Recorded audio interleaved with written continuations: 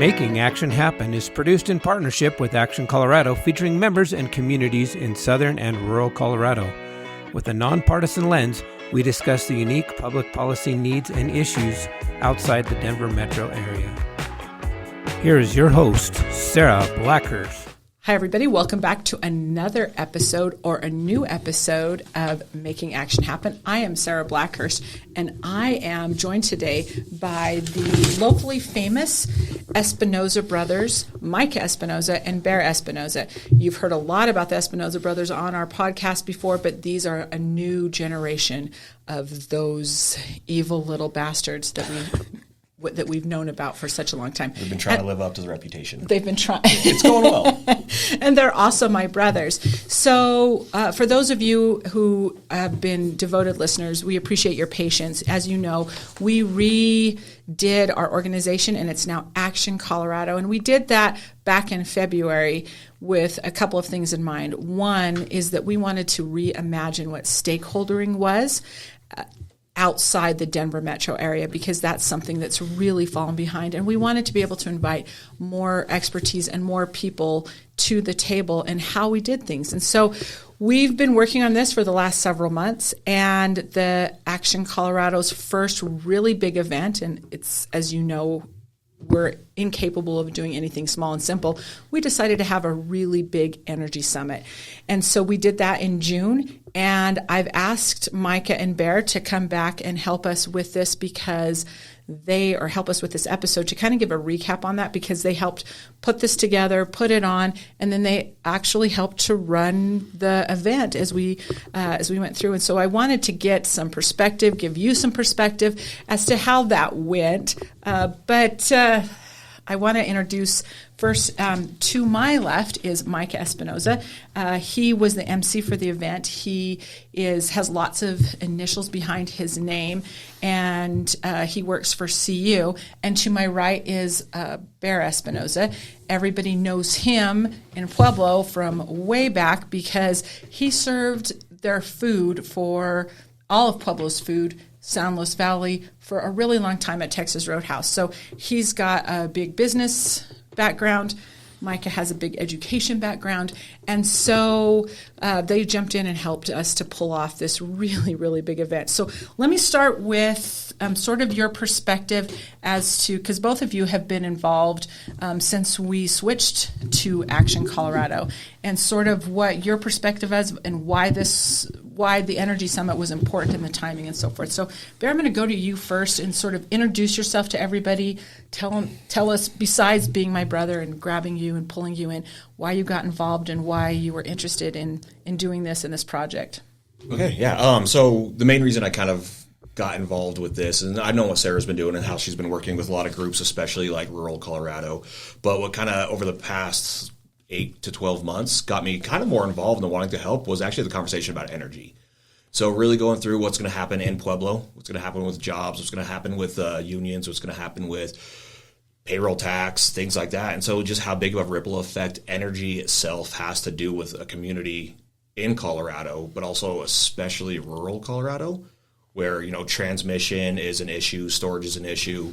So that's what actually reading about it, getting that conversation with the people who know a lot about it, is how I got a lot more involved with helping Sara out with this. And so the Energy Summit for me was it was actually a lot of fun, a lot of work, but just seeing the passion that some of these presenters brought and how willing everyone was to spend their time out here. A lot of people from the IBEW members were telling us like stories about their family, their heritage, how they grew up in Colorado.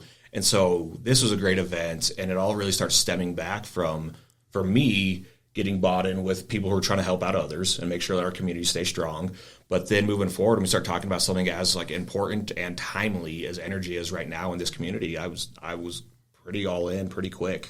And especially I got to meet a few people and just having the conversations that me and Sara and Micah and my brother-in-law TJ had just over and over about stuff we like read about in our spare time, and then actually seeing how when the rubber meets the road with topics like that, whether you get traction or you don't, and seeing how community involvement can either make it better or worse. And so I just got really intrigued and really involved, and seeing this happen in June was just a lot of fun and a lot of good feedback from the people there. And I met some really, really interesting people through the process, and it was great.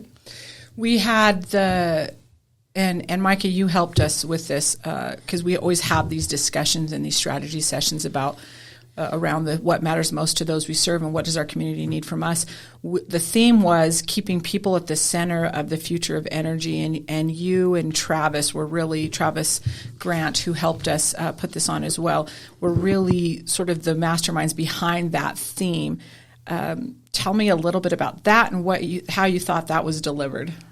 Well, I think a lot of the issues we talk about in Action Colorado, one of the things that kind of acts as an umbrella for all these issues is how it affects rural versus urban areas differently, typically. I think energy is one of the spaces where there's the most overlap. I mean, all of us want to flip a switch and have the lights come on. Right. All of us worry about, keeping our houses cool in the summer, warm in the winter.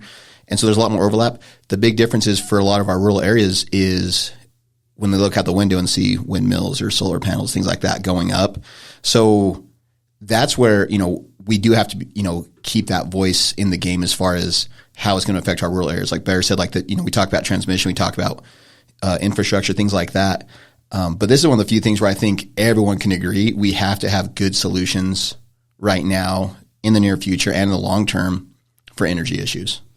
One of the things that we did that was most impressive, and one of our great partners in doing this, honestly, was Francis Concilia.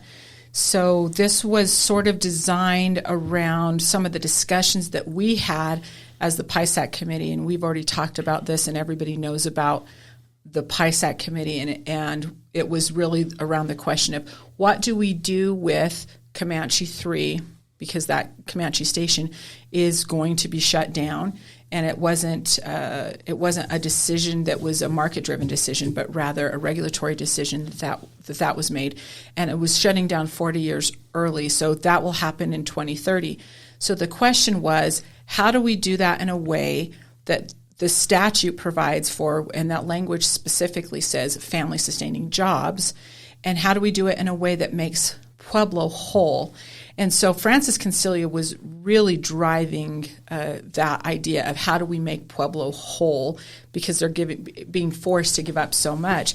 And so she worked really, really hard, especially for the afternoon session, to bring in some amazing people.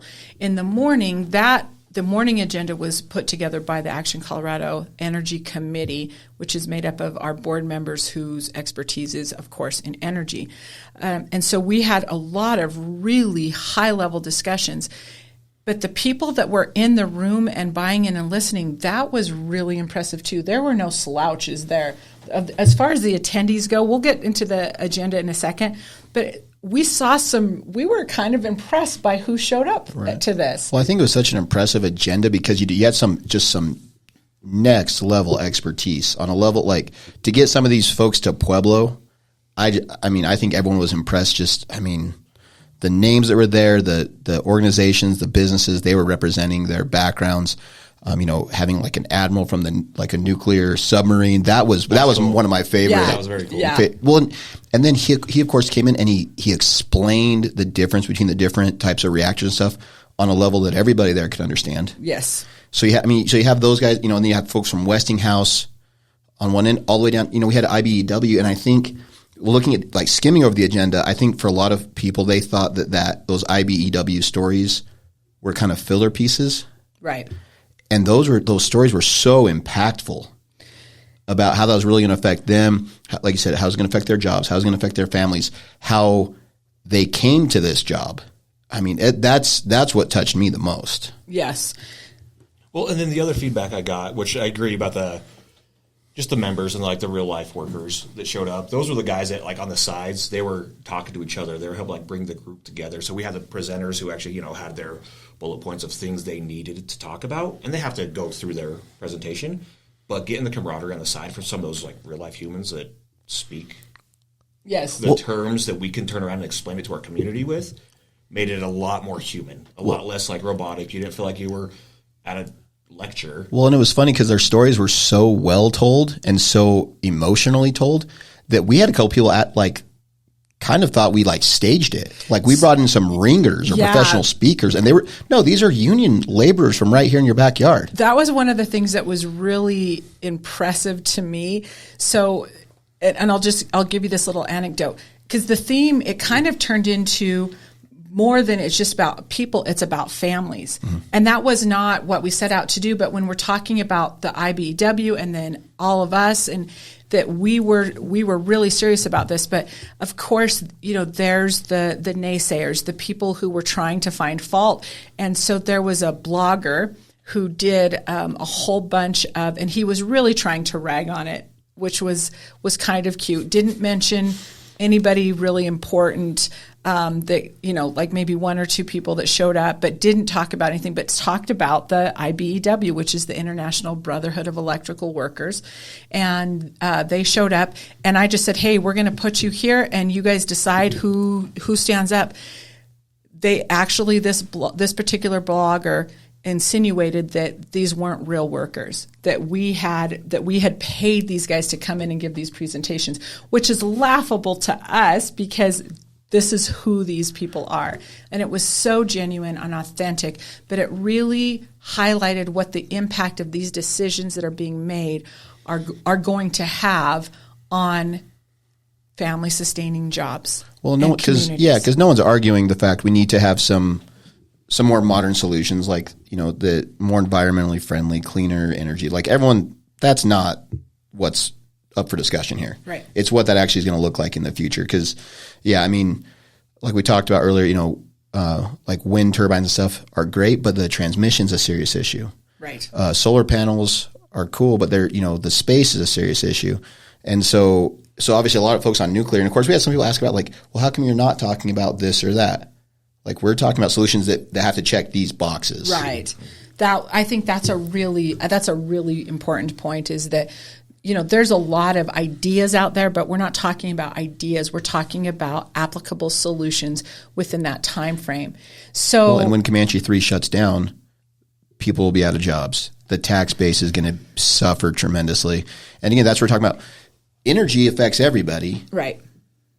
But actually getting that light to turn on, where does that start from, and who's going to be affected at the very beginning of that line? Well, and as technology develops, we can't have any technology develops, especially around AI and data centers. We can't have something that is not firm or dependent on the weather.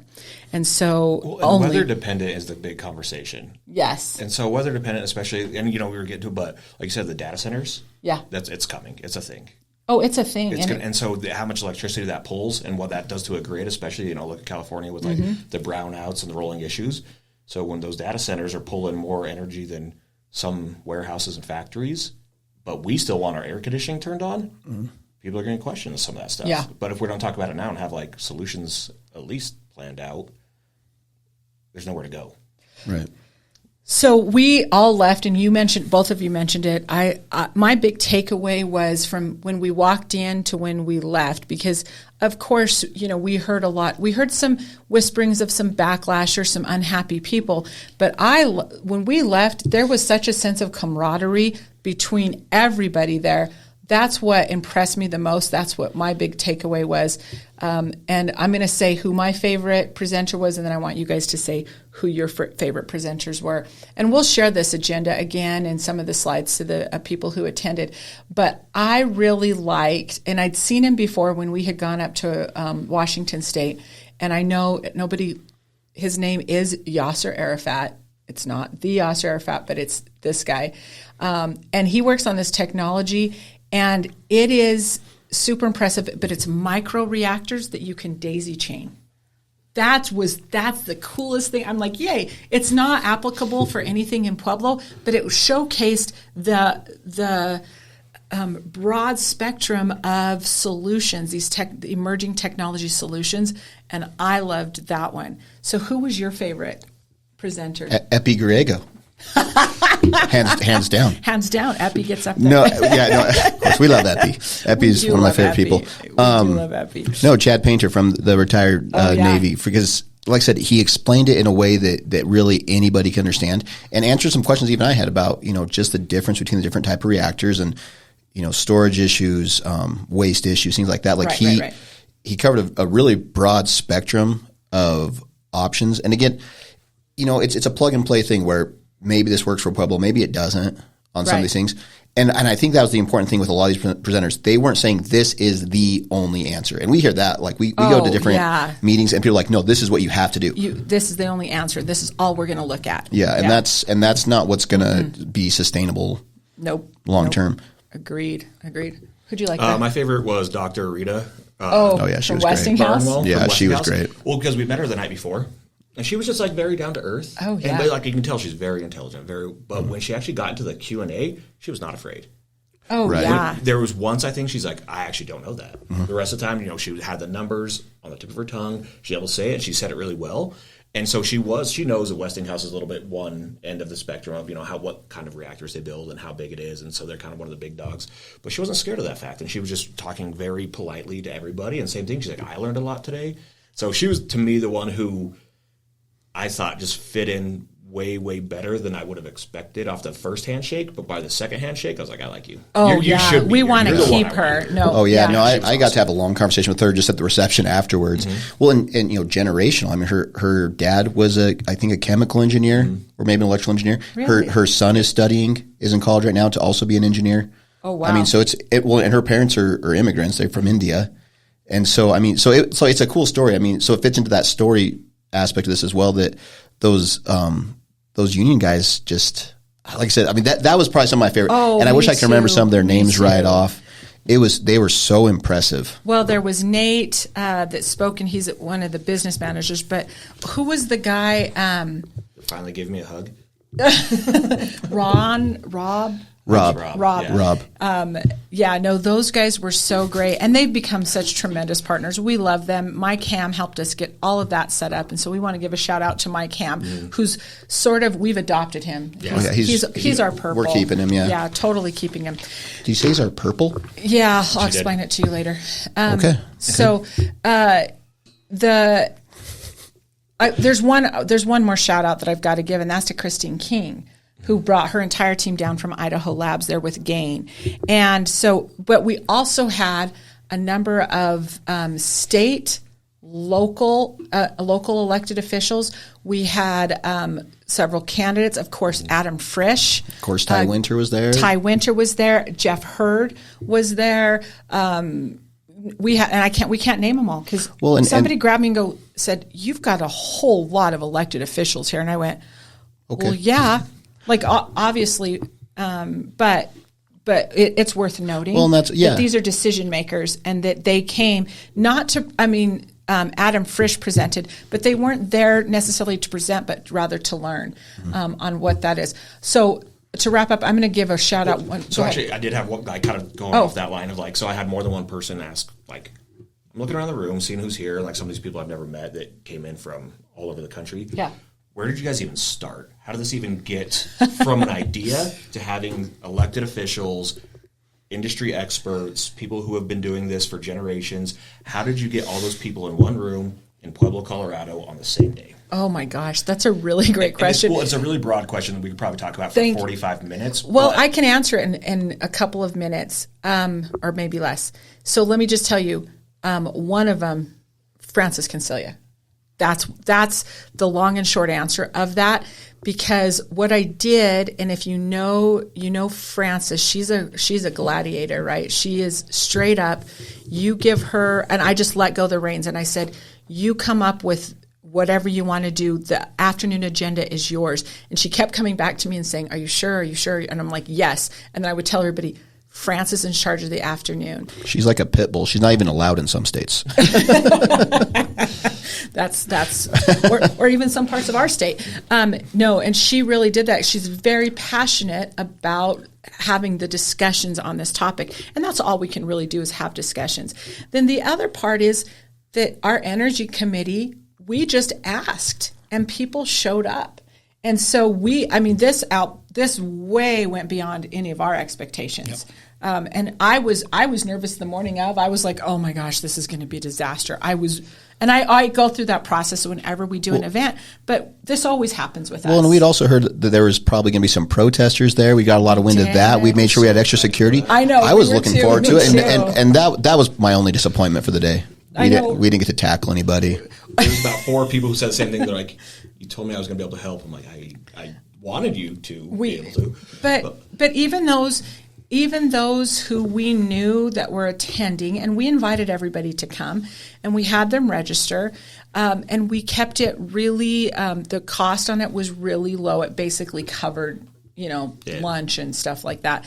But they were even very respectful, and we thought, they were going to make a fuss. They didn't. I think it helped the way you look, that we said if anybody had emotions about it, that they could work those out with you.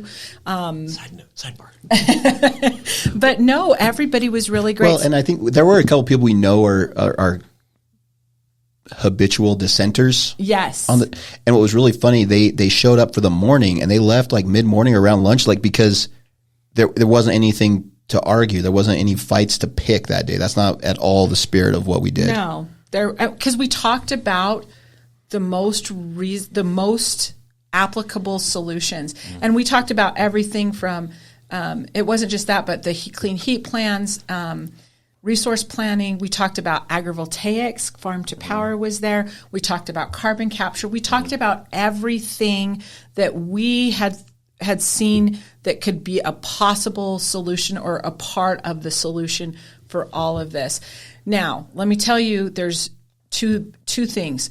There was a lot of things we didn't get to talk about when we talk about transmission and grid capability and some of those things. And then we've had a lot of follow-up questions. So here's what we're going to do for you. 2 things. One is we're going to have some of those follow-up at our annual meeting in October. Of course we are. But we're going to have some of these people back. Rita wants to come back on the show. Christine King wants to come back on the show. At some point, we're going to have Francis back on the show. Francis is really the guru on the public policy, and that's really the bridge between the technology and the application is that public policy bridge. And so we were going to be having a lot more discussions about this. This was just the opening. Basically, it was the opening remarks for a discussion that's going to go on probably for the next 2 to 3 years before we can put those public policy in place, and we see that happen. So we're going to have them back on the show, and we'll send something out and so you can ask those questions. But all in all, we really want to thank everybody who helped, who supported us. For our personal team, we've got to give one of the biggest shout-outs. President Armando Valdez flew back in from D.C. just so he could give closing remarks for this. So I'm gonna run through our supporters. And I don't think he had slept either. No, he was so great. He did great. He started traveling at 4:30 in the morning. Yeah. Yeah. No, he was so great. Our presenting sponsor, of course, was XL Energy, because this is where the discussion started was. XL Energy, because of course they own Comanche 3. But we got to give a shout out to all of our sponsors. XL Energy, top of the list. Chevron, IBEW, the Pipe Fitters 208, USDA, Adam Frisch, the Coloradans for Energy Access, Black Hills, Tri-State, San Isabel Electric, Atmos Energy, Gain, COSA, the Western Way, CU, and CSU Pueblo. And you wouldn't think that those two would be good friends, but they are good friends thanks to we love each other. Micah over here. So we have a lot more names that we could name on that. When we send out this, we're going to send out the agenda one more time so you can see exactly who all was involved. We had about 150 attendees, and I'm telling you, for Action Colorado's first event, this was an absolute slam dunk, and we want to thank all of you for that. And we're going to continue this conversation. With that, we will see you on the next episode of Making Action Happen. Good job, team. Good job, team.